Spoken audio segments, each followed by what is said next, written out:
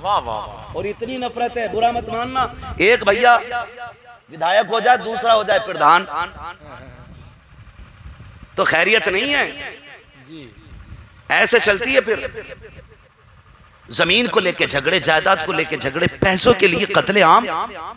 Court कचहरी तो जाते होंगे कुछ लोग, देखते होंगे, हाँ देखते होंगे, मर्दों से ज्यादा औरतों की लाइन लगी पड़ी है कचहरियों में। शर्म आती है हमें देखने के बाद जब हम अपनी बहन बेटियों को नकाब में कचहरी में खड़ा देखते हैं। क्या हो गया हमारे मुआशरे को भाई? किधर जी रहे हो? किसने कह दिया कि खाली बस तीजे से ही काम चल जाएगा? ये जो पड़ोसी की 1 फीट पूरी जगह मार के जा रहा है, इसका हिसाब किसे देना है भाई?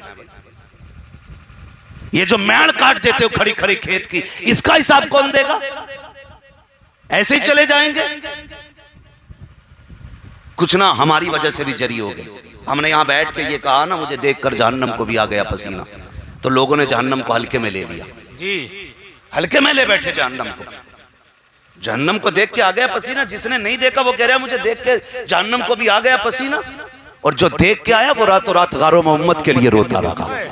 हाँ, वो जब खड़ा होता था कयाम में तो पैर सूज जाते थे। उम्मुल मोमिनीन आयशा सिद्दीक़ा फरमाती, मैं हुजूर से कहती थी आका आराम कर लिया करें।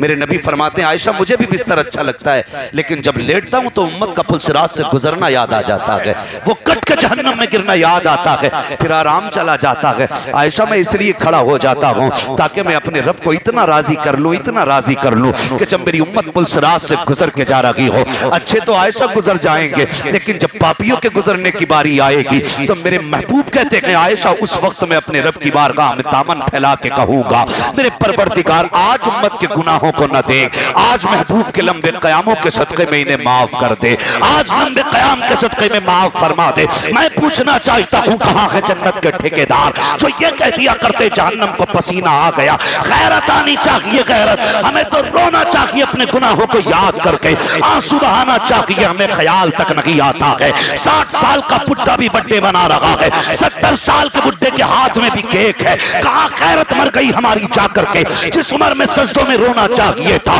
उस उम्र में केक और गुब्बारे लिए घूम रहे हो। कहाँ अक्लें मारी गई है तुम्हारी? किस चीज का केक है? कहा शुक्र जी में 60 साल का हो गया हो, इस चीज की खुशियां मना रहा है कि तू 60 साल का हो गया है। तुझे इस चीज की परवाह क्यों नहीं है कि इस 60 साल में तूने एक रात रो के नहीं गुजारी है, एक दिन तूने अपने रब को कयाम नहीं किया है? क्यों भूल गया 60 साल जिंदगी में तेरे पास कोई एक नेकी तक नहीं है जिससे तू कह सके ये मेरी बख्शिश का सबब बनेगी? फिर केक क्यों काट रहा है? कहा मैं बड़ा हो गया हूँ। नादान तू बड़ा नहीं हुआ है, तू छोटा होता जा रहा है। जितनी उम्र बढ़ती जाती है आदमी छोटा होता जाता है। 60 साल का हो गया है, अगर तुझे आज याद आ गया है तो आज मुसल्ला बिछा दे, आज तू अपने रब को याद कर ले। तेरा रब कितना करीम है जानता है। खुदा की कसम जिस लहजे में रब ने बंदों से बात की है वो प्यार माँ के लहजे में नहीं मिलता, वो बाप के लहजे में नहीं मिलता है, वो अपनों के लहजे में नहीं मिलता है। रब कहता है या अय्युहल इंसान